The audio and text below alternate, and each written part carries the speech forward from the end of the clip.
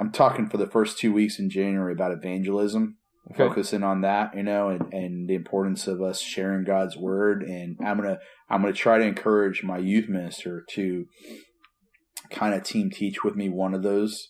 Oh, that'd be cool. The second week, because I want to. He is doing really good. Like, he's growing leaps and bounds in teaching. Like honestly, I could not be happier with him. I am super excited for his future. Like, he was telling me tonight, he's like, man, I'm so tired and busy. He goes, but I love it, and I'm learning so much. He told the kids tonight, he goes, and this is really, I love this about a youth minister. He goes, guys, I really thought that I knew a lot about God. I knew a lot about the Bible. I knew a lot about Jesus. He goes, but every time I sit down to write a lesson for you all, I learn so much more. Mm-hmm. And that right there is maturity. When somebody can say something like that, that's huge, And so I want to try to train him up to get prepared to preach sermons, But he needs to have some more upfront time, And so we're gonna do that. We're gonna do that, and I think I'm gonna have him do just kind of more intro stuff, kind of like welcoming everybody. Probably 31st I'm gonna have him do that, because he gets super nervous about that too. But I said the more you do it, the better you get. You just got to do it, man. There's no secret. You just got to suck that up and knock it out. Don't think about it. Just do it. Absolutely, man. Absolutely. So, like everything else in life, it's better not to think about it. It's better just to go ahead and just do go stuff. for it. Yeah. Yeah. Don't spend all. Well, that's just for me, because I'll spend all day thinking something through. I'll think it through to death, and murder it with thought, and it's and not get anything done. It's better just for me, just to do. For most people, it is.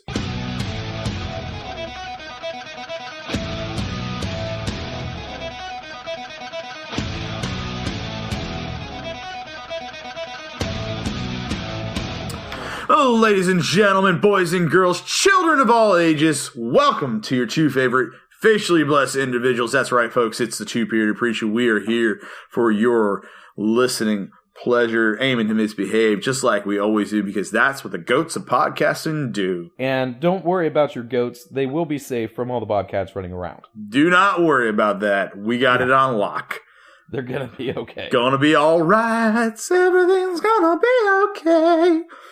I'm starting to work on my sermon series for next year. And here's what I'm going to do. I got my idea for the entire year. Oh, yeah? What I'd like to do is, in Acts 2:42, they devoted themselves to the apostles' teaching, and to the fellowship, and to the breaking of the bread, and to prayers. Right?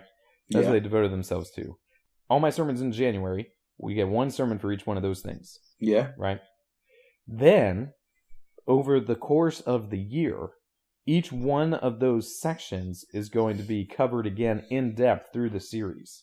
Okay. So, leading up to Easter, that's the apostles' teaching primarily, because the apostles taught us about Jesus, about his death, about his resurrection, right? So that's what I'm doing up through Easter. I got two different series, one that's focusing on Jesus' prediction of his death and resurrection, and then the actual passion story. Yeah. Right? And instead of doing, like in the past, we've always done Palm Sunday and then Easter Sunday. I'm not going to do it that way this year. This year, I'm going to be leading up to the death of Christ. And on Palm Sunday, we're going to be talking about the crucifixion. So I'm going to spend 3 weeks leading up to the 2 weeks, and then Palm Sunday is the crucifixion. Then the next Sunday, Easter, and then Easter, and then the reaction to the resurrection out of Matthew. Yeah. So I'm going to do that. And then the next series will focus on fellowship. And then the next one will focus on, focus on breaking bread. Then the next one, the prayers. And hopefully what I'll be able to do is I'll be able to do 2 different sermon series of 4 to 5 sermons on each of those subjects before I get to all the stuff that I have to do to gear up for Christmas. Okay. That's my goal. Yeah. And I told Leon that I want to do stupid stuff as far as set design goes for Easter and homecoming and Christmas. Yeah. So just amped up decoration kind of stuff. Because we did this thing where this year, for Christmas, we took out the choir loft, right? Yeah. And we turned it all into a 2-tiered stage. And we built a fireplace, and we have a Christmas tree, and we have like a rocking chair, and it looks very homey, right? Yeah. So I've been tying in, for all my Christmas sermons, I've been tying in like a classic Christmas song. Like we did I'll Be Home for Christmas, and we did one of those other ones. Like almost like a carol type thing, like a carol sermon series? Almost. I'm using the cultural Christmas songs. Yeah. Right? And you gonna do Feliz Navidad? No. That one's not gonna make the cut. Sorry. And I wouldn't make it in your church. Mine would work. Yours, it would work great. Up here, not so much. Wouldn't do too good, I don't think. But anyway, so I've been tying those in, and we've been going through Isaiah. We've been going through Isaiah 7 through 12. So that's the plan for the rest of this year. Then we do the Devote series, which is, the 4 things the apostles devoted, that the early church devoted themselves to. And then we're going to do double series through the rest of the year on each one of those subjects. Yeah. And what I'd like to do is do one of those series topically and one of those series exegetically as we're going through it. So we'll see how it works out. I've only just started the planning process, so I'm up to 2 Sundays after Easter so far with the idea and the text and that sort of stuff. Yeah. And then I just use that as my guideline to flesh it out when I actually start writing. So that way each thing is like still relevant. So if some big news event happens, we can address that in the sermon. I usually use stuff like that as like illustrative material. Yeah. That's wise to do that. That's good. And that helps people to connect with it. It helps them also to deal with stuff that's happening and everything like that. It helps them to deal with, the garbage that they see on the news, the garbage that they're experiencing in their own life. Because they're applying everything to their own life too. Yeah, they self-apply. And then you can help to what you need to do as a preacher is like take what they're self-applying and you help them to come to a spiritual understanding on that, Yeah, that really helps. So, but I've been doing this series for Christmas called The Christmas Survival Guide. Okay. And the premise behind it is that Christmas basically multiplies everything. So yeah, I get that. If you got and I got that from Tim Harlow. Ooh, you stole it. I stole, yeah. Well, man, it's legit. Like Christmas multiplies everything. Yeah. Like honestly, that's how I feel. Like every time, if you have a lot of joy in your life, times Christmas, you got more joy. But if you're lonely, times Christmas, yeah, you have more. You're that much more lonely, And so, the way it's going is it's basically like a 3-part thing. Is how it was the most. How do you have peace during the most unpeaceful time of the year? Mm-hmm. How do you have joy when everything wants to steal your joy? And how do you have hope? And everything points back, to God being your peace. You can only have peace in knowing, in loving, and in a relationship with God. Everything and joy, knowing and loving in a relationship with God. And you can only have hope in knowing and loving in a relationship with God. And it all points back to that. And then I've done 2 of them already, and of the Christmas multiplies everything. And I kind of give examples of it, because I had this Facebook post, the good old Osceola Rants and Raves, about this lady that was complaining about her Christmas decoration being stolen. And she's a nice Christian woman that has some pretty choice words in this. And I had to black it out, And so I use it and I read it and I said, now let's not be too hard on this lady. Let's not be too hard on her. I said, because notice what she says. She says, I'm trying to deal with the stress of all this. And it was just real. For me, I was reading this going, dude, I've had Christmas decorations stolen. Dude, that drives me nuts. That makes me so mad. And it's just the Wild West over there. It makes everything worse. So we were talking about all of that and everything, and my wife is walking in here showing me Red Hots in a ginormo bag. What? You are my bride. Is that Red Hots mulled apple cider? Oh. Oh, no. There's a recipe on the back. Oh, okay. We're going to do that too. So, okay. All right. So I've been teaching on that, and then this week I'm doing a book called the Christmas, the Sparkle Box. I'm reading it, and we have the book, and we're giving it to all the families. The Sparkle Box. As a gift, yeah. It's all about giving a gift to to the least of these you've done unto me. So everything that we do to help our brothers and sisters in Christ and those that are in need serves Christ and gives Jesus a gift on Christmas. And so I'm teaching on that this week and reading it to all of our children. And then we give the book to every family that we have. Sparkle. Honestly, Sparkle Box. I was reading it. I was thinking reading it. I was reading it in Starbucks today, and it was tearing me up. It's really made beautiful. You cry? The Sparkle Box made you cry in Starbucks? It was really beautiful. It was really beautiful. I was like, and it was such a great story for our kids. I'm like, I love it, and we were able to do this and stuff. I got my sermon, and I'll tell you what, I have gotten so many people going, man, Christmas times everything else, man, Christmas multiplies everything because it sucks during December because you're busier. Shopping sucks at every time.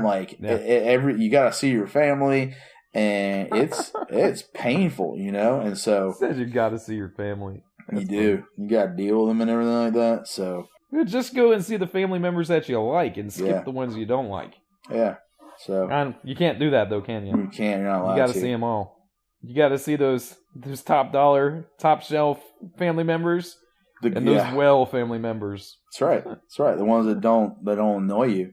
So, but I do that, and then beginning of the year, my goal is to write my 3 sermons because I got to do 2 on Christmas Eve. You're doing 2 on Christmas Eve, right? Oh yeah. 2 on Christmas Eve. The week after Christmas, I'm doing a sermon. I'm preaching that week too. I'm preaching through all of it. But my goal is to write those 3 sermons now, way ahead of time. So that the week of Christmas, I don't have to do anything. Why don't you just make up the sermon as you stand there? Know what I'm saying? Get you a general idea of what you want to say. That is maybe 1 point. It's a great idea in theory. Go up there and run with it. It's a great idea in theory, but I am not good at that. Are you good? You don't like that? Are you good at that? Can you do that? Yeah, I can fake it if I have to. I don't. I couldn't fake an entire sermon. I have to. Oh prepare. yeah, man, I can. Fake I'm a preparer. I have to prepare. I prefer to be prepared, but what has happened is over the past couple of years, because I can't do a manuscript. Because if I take a manuscript up in the pulpit with me, then I just read the thing. So that doesn't work for me. And I found that I do a lot better the fewer notes that I actually have in the pulpit with me. Yeah. So that way I don't stick so close to it. So the way I prepare is I like to get all my notes up, and I like to get my sermon structure pretty well memorized. Yeah. And then just have bullet points. So that way I can just progress through the bullet points. Yeah. And say it. But I'm going to have to tighten up a little bit and be a little more programmatic because I'm finding out new ways to use ProPresenter. Yeah. And in order to make sure, because right now I don't interact with the visuals at all. You don't? No, I don't hardly use any visuals at all. Oh. But I need to, I really need to start utilizing them. Yeah. And figure out a way that I can utilize them effectively. We got a new toy that allows me to change the slides from the pulpit myself. Really? Yeah. Pretty cool little thing. Can you tap the screen and it does it? It's not no, but that would be sweet. Wouldn't it be nice to have one of those big Weatherman TVs where you can play with that thing? Harlow has one. He's got one of those? He's got one where he taps every point. He turns, he looks at the TV, he taps it. Then he can take a pencil, electronic pencil, and circle stuff and show stuff on it. Man. I want to know where that thing is. I want one of those. That thing is cool right there. That's got to be next level kind of stuff, bro. I know. That's got to be I don't know how you go from that to all your other screens because you have to have other screens. You know, I don't know how all that works, but I guess it does. They probably have a producer who sits back in the booth and decides when they switch to the screen that he's using and when they switch back to the cameras that are pointed at his face. Yeah. I mean, that's all stuff that's like light years ahead of where I'm at. I'm not even interested in that stuff at the moment. I mean, I think it's cool. It's cool stuff, but it's not necessary where I'm at. See, I wouldn't mind that, but I'm all right with having somebody else hit the button for me. So, but I wouldn't mind that, you know, if I had to start doing that. No big deal, you know, but... It's got a little laser built into the thing. Yeah. It's pretty cool. I've seen a lot of guys using that. We could always go towards it. Yeah, see, the problem that we have is that we've got kids who run our sound booth. Oh, yeah? And our tech booth. And kids are not as good at picking up on when I say something that's the same idea, but maybe not exactly the same words. Yeah. You know what I'm saying? Yeah. So if it gets worded different, then those cues don't get seen, so that the slide doesn't get advanced. But now that we got this new toy, starting off in the new year, I'm probably going to utilize a little bit more of that stuff. And I figured out how to do Leon taught me how to do a motion background with a JPEG on top of it. Oh. So I can maintain my motion background, but have a solid thing in the front, which is pretty sweet. Yeah. I like it. I have done something different where I have my main slide, I have my main graphic, and I've gone to getting rid of when it does when I'm doing like either the point or the Bible verse, it's a plain black background. I have gone back.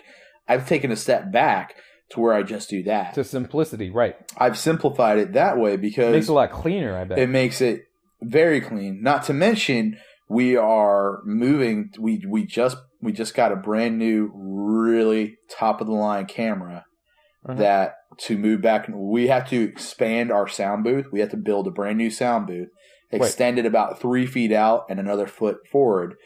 We have a camera that we were putting in the back because I don't know if it's going to happen yet. I say the goal is to be able to live stream our Christmas Eve service.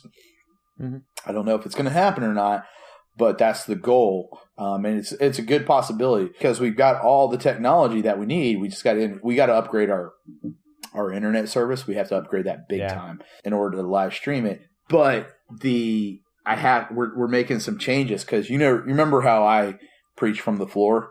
Yeah. I had to go back up to the stage. Yeah. And so this week... Is it for lighting, right? It's for lighting and it's for the picture too. And not to mention... So you get a good backdrop.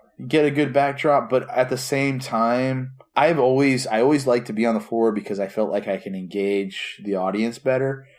But one of the things I've been noticing is that, especially on our ends, our wings, the last 3 rows, it's harder to just even see people back there. And I've seen a lot of people doing the old look to the left, pull, looking around. Oh yeah, they're doing that. Yeah, and I'm like, rubbernecking. Yeah, it's rubbernecking. So it's harder for them to see. And so if I can't see them, they can't see me. And one of the ways I engage people is through eye contact. I look right into people's eyes. I try to do that. Try to escape my gaze. You cannot escape my gaze, but I can't do that from the floor. And so this week, I have to read the book and everything up from the stage. They're putting me in a rocking chair to read the book. Nice. And so I'm going to be up on the stage in a rocking chair. And so after that, Christmas Eve service, I'm going to be on stage, because that's the morning and the evening. So I'm going back up to the stage. Because you think you're going to maintain that transition with people looky-looing? Yeah, I think so. I think I'm going to maintain it for the purposes of the streaming and everything. And because seriously, this thing came in yesterday. This thing is legit. This thing is like professional, top of the line. And I'm like, dang, this is that. He opened it. Alex opened it up today, and he's showing it to me, and I'm like, that thing is nice. That is the nicest camera I've seen in this church in forever. Yeah. So it's top of the line. It's ever. Yeah. And so it's top of the line for us right now. And so you gonna let the other guys use it? No, anybody use it. No one's touching this thing. No, take it. No one's allowed to touch it. Put it in the office. office. You're not even allowed to touch it. I'm not touching it. I don't even want to touch it. I don't want to break this thing. Right. But it's That's the way I feel about all the technology in church. That's not for me. I mean, we'll use it, but I'm not touching it because I don't know anything about it. Yeah. So I'm moving back to the stage. So it's a little. I'm a little nervous about that, but I'm going for it. So hey, man, you got to do what works for you. Yeah. Since we moved out the choir loft and all that sort of stuff, I have so much more room. Yeah. It is nice.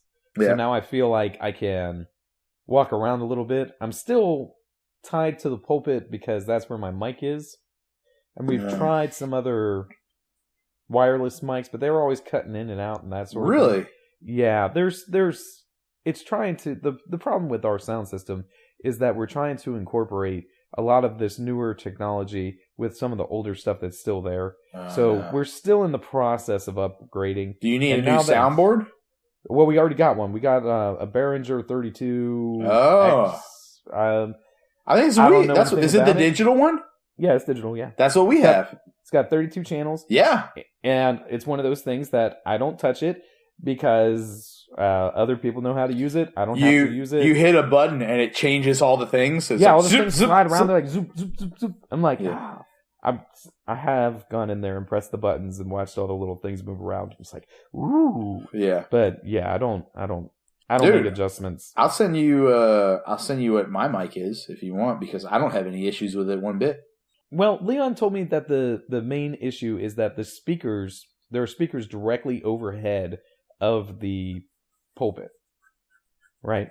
What kind of mic are you using? Like, is it like on your, are you trying to use like the mic I have isolates the sound. So it's it's called the Countryman. And it's that little. You've used it. I believe. I'm sure I have. It's that little worm type thing around to your mouth. Yeah, and it's perfect. It picks you up perfectly. It's my favorite mic. I've had two of them. Granted, there's probably some newer stuff out there, but it's so awesome. Like, no one sees it. No one can see it. No matter where you go, it's on. The only thing I do is I don't unmute it, because I can unmute myself. I don't unmute it, so I'm past the subwoofers. I get past the subwoofers, I unmute myself. So I don't say anything in front of the subwoofers, because sometimes it'll pop back. Yeah. Eventually we'll switch, and eventually we'll end up moving around the rest of the furniture in there and figuring out where it's all going to go. I don't know. We've changed a bunch of stuff on stage this year, so I'm going to slow down a little bit. Yeah. And not press too hard at the moment.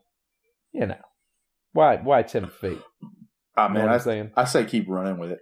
Run it into the ground. Get rid of everything. Yeah, that's what I say. Clean, minimalist, nothing up there, just empty space. Empty spaces.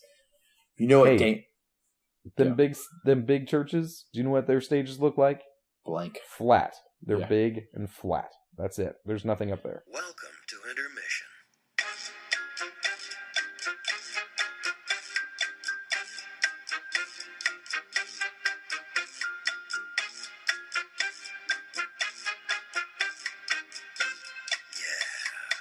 Intermission.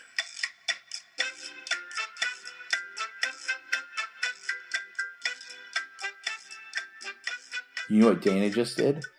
Oh dear, I don't know. Oh, this is legit. Like he incorporated it this week. It was a Christmas wish list item, and he already got it. Somebody already donated towards it, but he bought what he calls them the worship tablets. It's basically just an Android tablet, and it's about that big. And it has all the music on it. That's a nice big one. Yeah, digital. Yeah. It's all digital. So no more paper. Yeah. No more paper being thrown around and everything. No more music stands. Yeah. It hooks to their mic stand. Yeah. And they don't even have to switch it. Dana, as he's playing, because usually Dana most does of the switch. Right. He hits a foot pedal, and it switches in it. It's a Bluetooth that switches everybody's pages that's linked to it. That's cool. And it has cleaned up our stage exponentially. It looks sharp now. I was looking at it on Sunday. I was like, that looks good. Ooh. It looks nice. I was super impressed. We've got bookshelves next to our piano and organ. You do? Awesome. A bookshelf?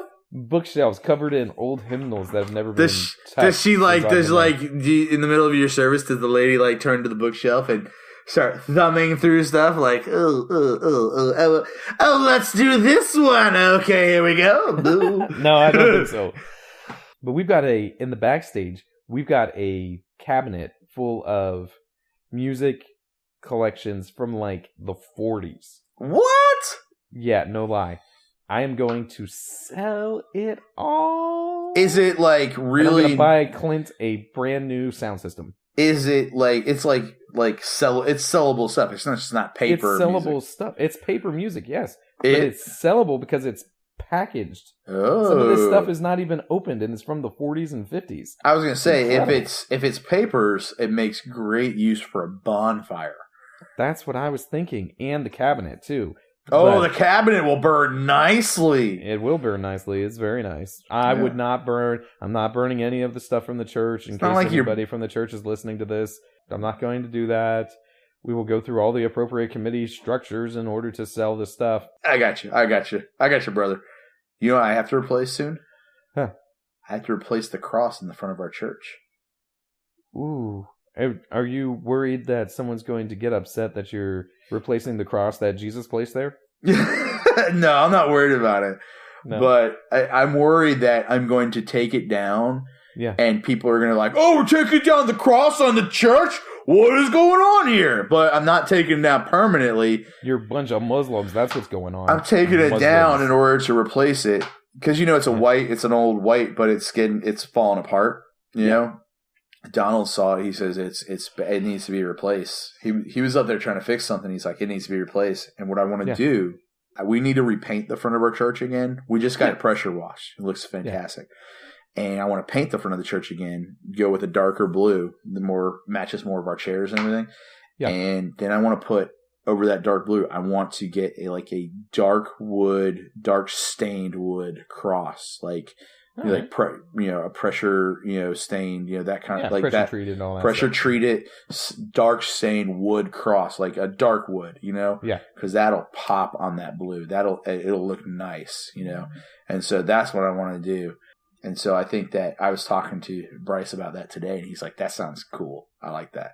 He liked it. Bryce liked it, and so he goes, "I think that would be nice," but I've never bought a giant cross before. I don't know where to get something like this, Don't you have a handyman at the church? Yeah, I could Don't probably you have guys who build stuff? Yeah, I could probably go through him. But I'll have to have him build it before I take the old one down. Like I want to that's my only worry is that we take the old one down and then it's a extended period of time before we get the new one up. I'm a little worried about that because I'm going to basically tell everybody, hey, listen, the cross is going back up. We have to replace it. We're waiting for the new one to come in. Yeah.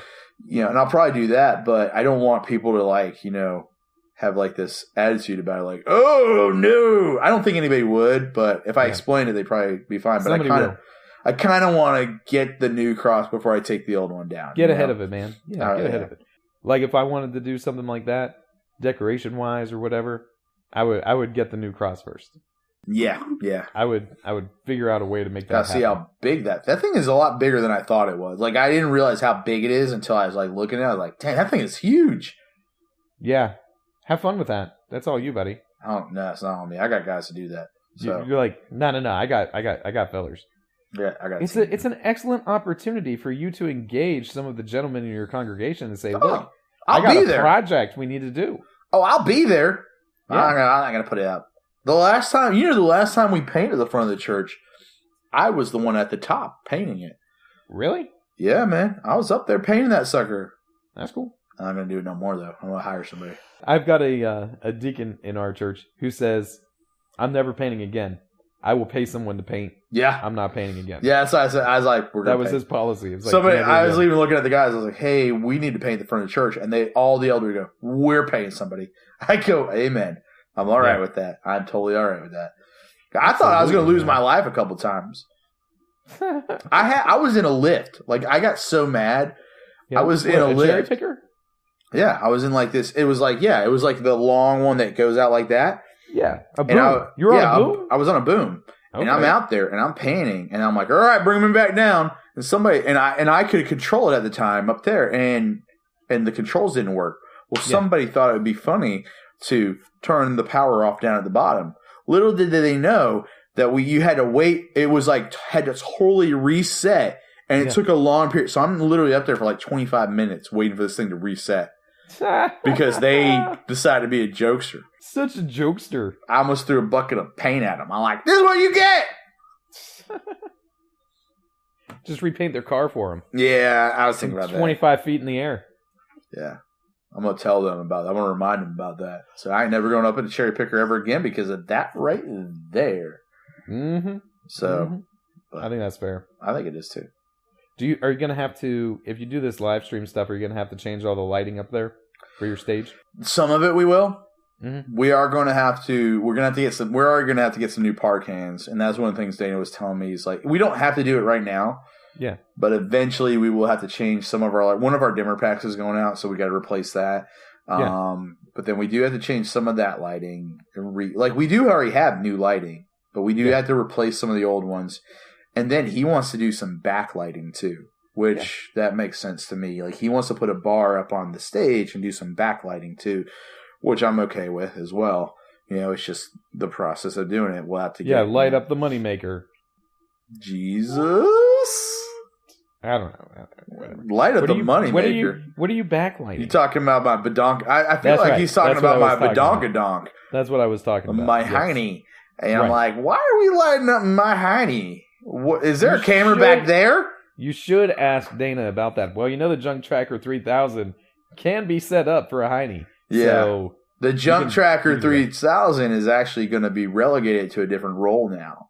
Yeah, what's that going to do? Right, because we have the new camera that's going to be in the very back. It's just going to be tracking junk the entire 24/7. Just everyone who walks in, everyone who walks out. Yeah. Tracking that junk. Yeah. No, it's not going to be tracking junk. I'm going to use it because that was the thing. I was sitting there going like, oh, we should just sell it. And then tonight I had an idea. I was like, no, we're not going to sell it. What I'm going to do is I'm going to put it by the baptistry.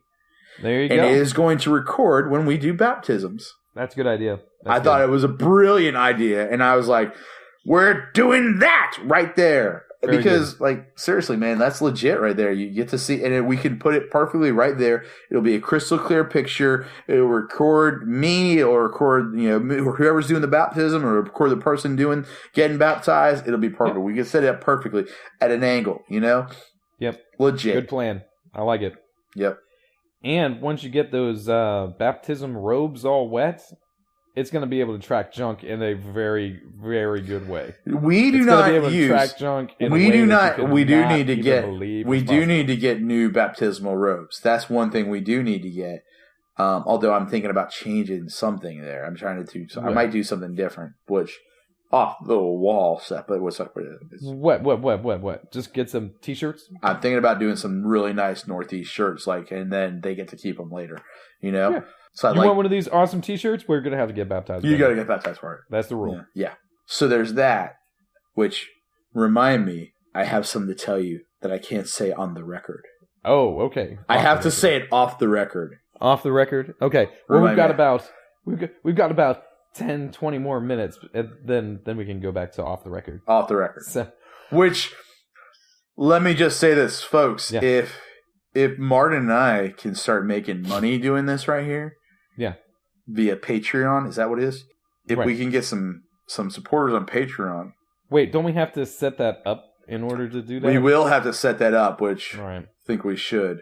Because I think we should do. I think we could make bank on this, Martin. Fat money. People are dying to give us dollars. Then you can get some of the other stuff. The other stuff? Yeah, we won't be able to we'll start recording our off the record stuff. Oh, for the and then everybody can hear you cuss like a sailor.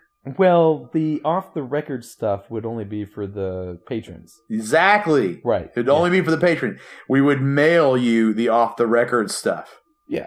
You'd get a special RSS feed, something like that. Something like that right there. No one else would be able to do it, just you.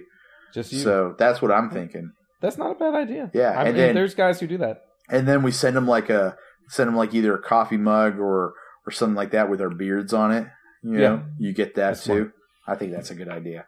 How about one of those coffee mugs that when you drink the coffee, the bottom of the mug has the beard on it, so it looks like you have a beard when you're drinking. Oh, I like something that. like that. That's pretty Next cool level. right there. Next level Next stuff level right stuff. there. Good idea. Good idea. You could put a black beard on one side, a red beard on the other side, so you can switch back and forth. You can decide which one you want to be. Exactly. You can be me, you can be Justin, either way you want to do it. And one That's day you good can be stuff. Justin, one day you can be Martin. You know, perfect. Switch it back and forth. Man, we're like innovators right here. We're like marketing geniuses, bro. If only we could find some way to use our talents for good instead of evil. $1 million. Okay, so what was I talking about? Oh, That's such a cliche, though. You do One- a podcast and you have a Patreon account. How about we do a podcast and we don't have a Patreon account? well, we already That's are unexpected. doing that. Are there other accounts we can have? I don't know. I don't know anything about it. We should probably. I've look really that not up. looked into monetization at all. I really just having a weekly conversation with you, buddy. That's really what I'm all about. And I know I haven't been as good about doing that lately, but things are starting to calm down. It's okay. I forgive you We're for all that. getting it together. But we have. You do know we have listeners, right? I have heard something like that. Yes, we do have some listeners. That are missing us. Leon has messed with me. He said, "Dude, what's going on? Where's the podcast?" Because I was talking to him the other day, and he was like, "I really like hearing you talk about the church stuff just from a different kind of perspective and all that kind of thing. Because it's a little bit less filtered in this conversation." Oh you know. yeah. Yeah. So he was like, he was saying something along those lines, and I was like, "Yeah, I can see why that's funny for you. I get it." Yeah. People, it's funny. Like I'll have people telling me, like, you know, like Wayne or my youth minister listens to the podcast and everything like that, and then he's like, "Where you guys been? Where you guys been at?" You know, and I'm like, Martin's been dealing with. I said this. Martin's been dealing with a lot of stuff lately. You know, he's had a surgery. He's been sick. His wife was sick. His kid was sick. He had Thanksgiving. It's the holidays. A lot of stuff's going on. Bought a house, moved. Like he's got a lot of stuff going on. And then I know people that go on road trips will listen to us on the road trip. My in-laws do. I know a couple of one of my elders does. And then I have a couple congregation members because we've had, you know, a couple people call into the show and everything. And they're just like, where have you guys been? You know, I'm like, it's just been happening, you know, and I had to explain. It's all right. It'll happen. You know, we actually, just so everybody knows, we have a lot of material already that we've been recording for the last 2 weeks. This is the second week in a row that we recorded. We just haven't put it out yet. So we're gonna get it. I'm gonna get it out. He'll get it out. And if I have to help, I will. You know. Hey, you want to know something that's great? Right before you called me, I took my temperature and I've got a fever again. Awesome. Oh, no. But I feel okay. Well, then you're fine. But I normally run kind of low and I'm running kind of high. So we'll see. You know what that means? No. AIDS. I'm pregnant. AIDS. What? Ooh. Well. You been kissing monkeys? Yes. Every opportunity I get. I'll tell you what, Martin. That right there is it.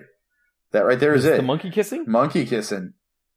Yeah, there's a lot of feral monkeys up here in southeast Georgia. I thought so. I thought I saw a few when I was up there. I was like, is that a wild monkey? You're like, yeah, apparently it is. As a matter of fact, it is. They'll get you. Those wild monkeys will get you, and they'll give.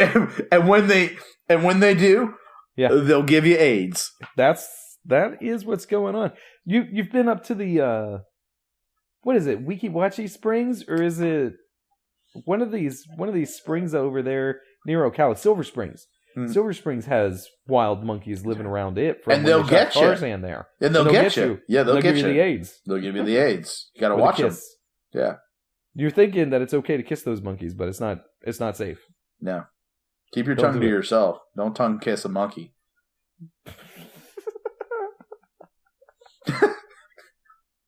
I don't know why I like that so much, but it seems like really solid I know why advice. you liked it, because it was awesome. It was freaking awesome. Think about that for a second. Think about the risks that you're taking when you tongue kiss a monkey. They could bite that tongue right off. Bite that tongue off, give you AIDS. Like, seriously, listen. You might fall in love. There's a lot of risks there. You said fall in love. Hey, You're right. You could. Falling in love is one of the great risks that a gentleman sometimes faces in life. Yeah, I'll tell you what. When Faye first kissed me, yeah, because like she initiated. Was that it? She initiated it. She was just like, I gotta kiss him. He's just so smoking hot. I gotta kiss this hunk of man right here. Sounds And she planted a big wet kiss on me, and I was like, oh, love at first kiss.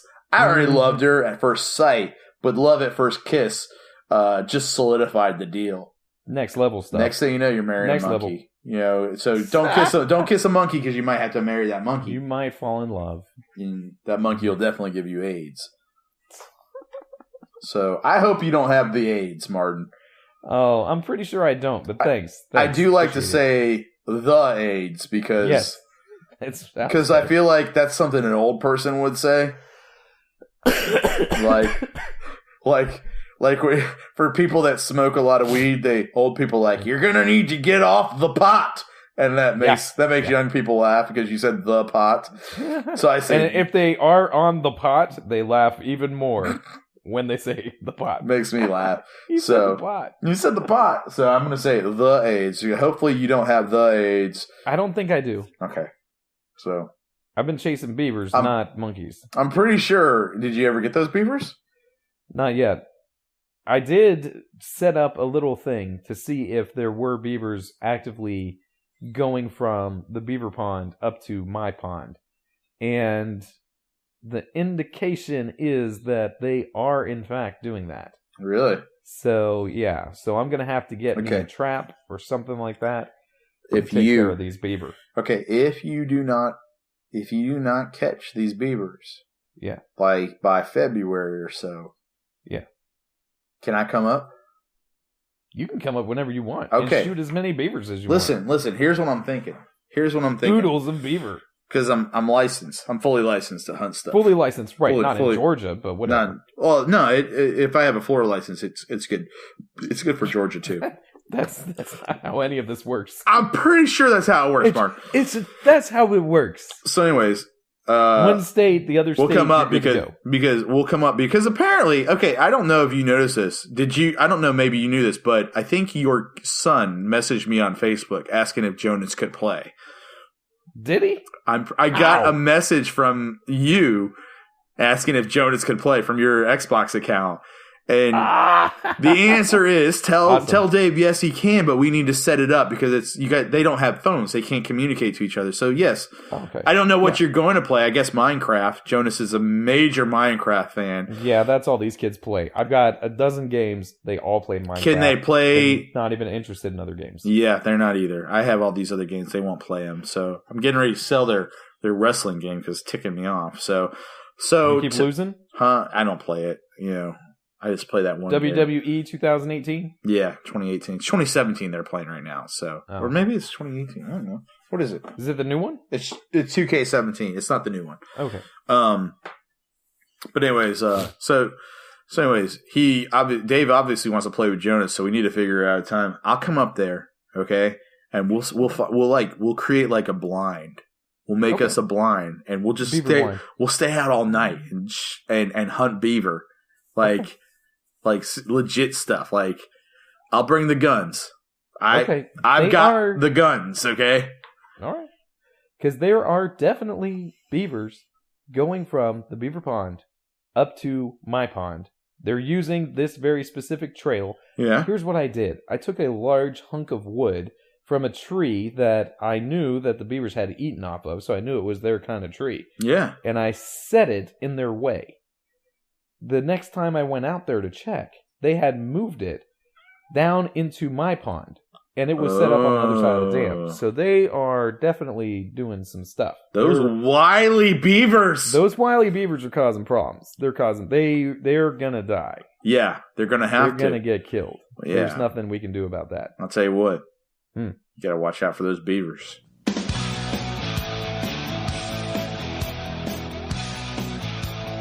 You gotta watch out for the beavers. You gotta watch out.